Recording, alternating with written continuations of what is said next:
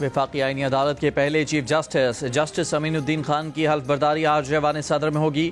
حلف برداری کے بعد جسٹس امین الدین آئینی عدالت کے 6 ججز سے حلف لیں گے۔ صدر مملکت نے وزیر اعظم کی ایڈوائس پر جسٹس امین الدین خان کو بطور چیف جسٹس وفاقی آئینی عدالت تقرری کی منظوری دی۔ آرمی ایکٹ ترمیمی بل آج سینٹ میں پیش کیا جائے گا۔ سینٹ کا اجلاس جاری۔ قومی اسمبلی سے منظور ایکٹ کے تحت army chief he chief of defence forces ہوں گے۔ نئے عہدے کے نوٹیفیکیشن کے بعد آرمی چیف کی مدت اگلے 5 سال کے لیے دوبارہ شروع ہوگی۔ 27 نومبر سے chairman joint chiefs of staff committee کا عہدہ ختم ہو جائے گا۔ وزیر اعظم آرمی چیف کی تجویز پر پاک فوج کے کسی جنرل کو 3 سال کے لیے کمانڈر نیشنل اسٹریٹجک کمانڈ تعینات کریں گے۔ وزیر دفاع پاکستان ایئر فورس ایکٹ ترمیمی بل اور پاکستان نیوی آرڈیننس ترمیمی بل بھی منظوری کے لیے پیش کریں گے۔ چیف جسٹس یحییٰ آفریدی نے آج فل کورٹ اجلاس طلب کر لیا۔ سپریم کورٹ کے 3 ججز جسٹس منصور علی شاہ، جسٹس اطہر من اللہ اور جسٹس صلاح الدین پور نے 27ویں آئینی ترمیم سے متعلق چیف جسٹس کو خطوط لکھے تھے۔ جسٹس منصور اور جسٹس اطہر من اللہ 27ویں ترمیم پر احتجاجاً مستعفی ہو گئے۔ جسٹس منصور نے اپنے استعفے میں لکھا کہ 27ویں آئینی ترمیم آئین پاکستان پر سنگین حملہ ہے۔ آئینی ترمیم نے آئینی جمہوریت پر کاری ضرب لگائی ہے۔ جسٹس اطہر نے لکھا کہ 27ویں ترمیم سے پہلے انہوں نے چیف جسٹس پاکستان کو خط لکھ کر جن خدشات کا اظہار کیا تھا وہ حقیقت ثابت ہوئے۔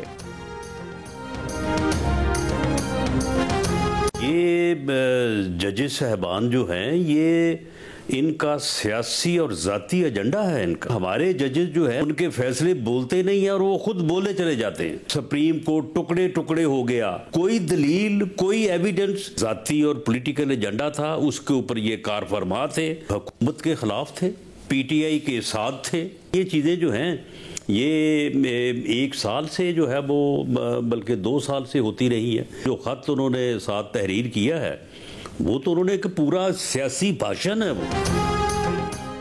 وزیر اعظم کے مشیر برائے سیاسی امور رانا ثناء اللہ نے کہا ہے کہ ججز کے استعفے کے متن سے ان کا سیاسی اور ذاتی ایجنڈا واضح ہو گیا۔ ججز کا ایجنڈا حکومت کے خلاف تھا۔ جیو نیوز کے پروگرام آج شاہزیب خانزادہ کے ساتھ میں گفتگو کرتے ہوئے رانا ثناء اللہ نے کہا کہ سپریم کورٹ کے مستعفی ہونے والے ججز حکومت کے خلاف اور پی ٹی آئی کے ساتھ تھے۔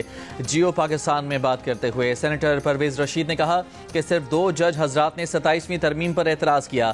آئین کو ختم کرنے اور سپریم کورٹ کے ٹکڑے کرنے کے اعتراضات کو دیگر ججز نے تسلیم نہیں کیا اور اپنا کام جاری رکھنا مناسب سمجھا ہے۔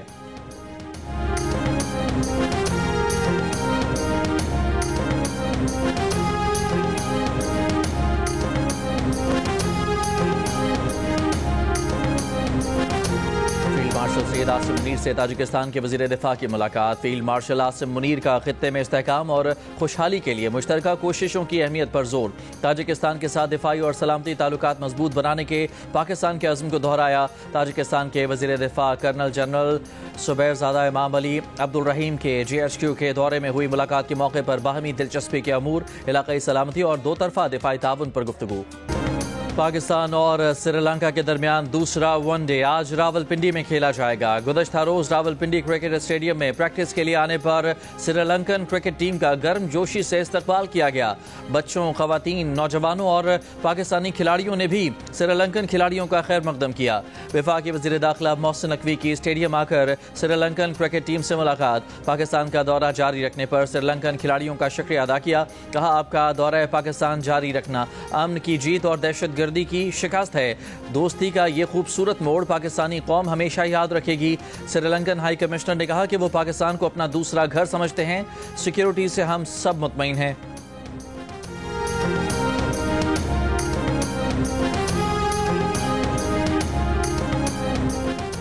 گورنر خیبر پختونخوا نے کہا ہے کہ ہم نے اپنے سے 4 گنا بڑے دشمن کو شکست دی۔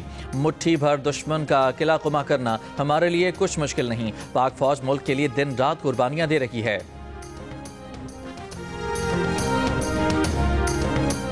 کوہاٹ کے علاقے بازید خیل میں دہشت گردوں اور پولیس کے درمیان فائرنگ کا تبادلہ، 3 دہشت گرد ہلاک۔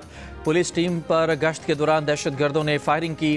ہلاک دہشت گردوں کی شناخت اور ان کے نیٹ ورک کے بارے میں تحقیقات جاری۔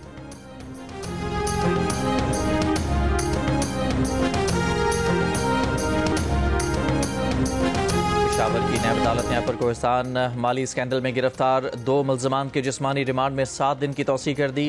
نیب تفتیشی افسر نے بتایا کہ نجی تعمیراتی کمپنی کے مالک ملزم گلزادہ نے بینک اکاؤنٹ میں 25 کروڑ 18 لاکھ روپے کی ٹرانزیکشن کی۔ ٹھیکیدار نواب زادہ کے اکاؤنٹ میں 18 کروڑ روپے کی ٹرانزیکشن ہوئی۔ بلوچستان میں معدنیات کی جدید بنیادوں پر پروسیسنگ کے لیے پاک چین مشترکہ منصوبے کا آغاز۔ سی پیک کے تحت چینی کمپنی گوانگ ڈونگ ہنڈر اور سنجرانی مائننگ کمپنی کے مابین معدنی ترقیاتی منصوبے کا معاہدہ طے پا گیا۔ معدنیات کی بہتر اور مؤثر پروسیسنگ سے پیداوار کی مقدار اور معیار دونوں میں اضافہ ہوگا۔ کراچی کے علاقے سہراب گوٹ میں اینٹی انکروچمنٹ فورس کا آپریشن 2 سوسائٹیز کی زمین پر قابض لینڈ مافیا کے خلاف کیا جا رہا ہے۔ آپریشن میں موجود کے الیکٹرک عملے نے سوسائٹی کی زمین پر قابض مافیا کے زیر استعمال PMT اتار لی۔ گیس کمپنی کی ٹیمیں قبضہ مافیا کے گیس کنیکشن منقطع کر رہی ہیں۔ سوسائٹیز کی زمینوں پر 1000 کے قریب گھر زیر تعمیر ہیں۔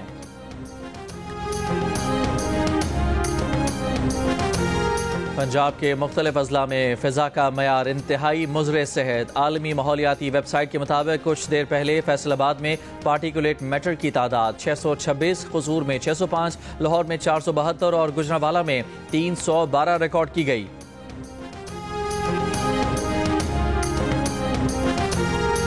مغربی جمہوریتیں بھی آمرانہ ریاستوں کے ساتھ آن لائن پابندیاں بڑھانے میں شامل۔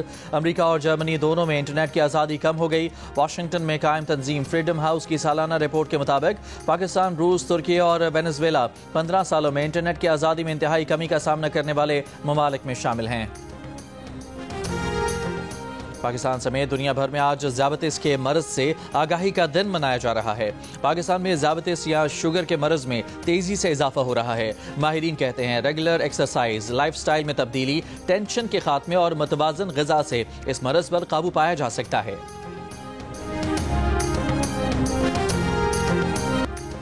سندھ حکومت کا پہلی بار 15 لاکھ روپے کی انعامی رقم پر مشتمل پہلی سندھ ای سپورٹس چیمپئن شپ کرانے کا فیصلہ۔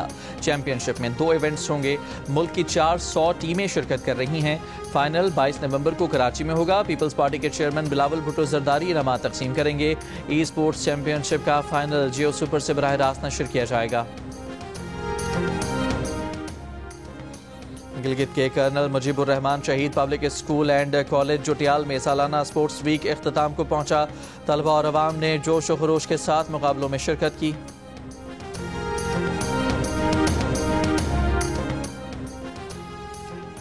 روس کا روبوٹ تعارفی تقریب میں ہی لڑکھڑا کر گر گیا۔ ماسکو میں مصنوعی صلاحیت کے حامل آئیڈل روبوٹ کی افتتاحی تقریب ڈرامائی صورتحال اختیار کر گئی۔ انجینئرز نے روبوٹ کے بیلنس سسٹم اور کنٹرول سافٹ ویئر کی جانچ پڑتال شروع کر دی۔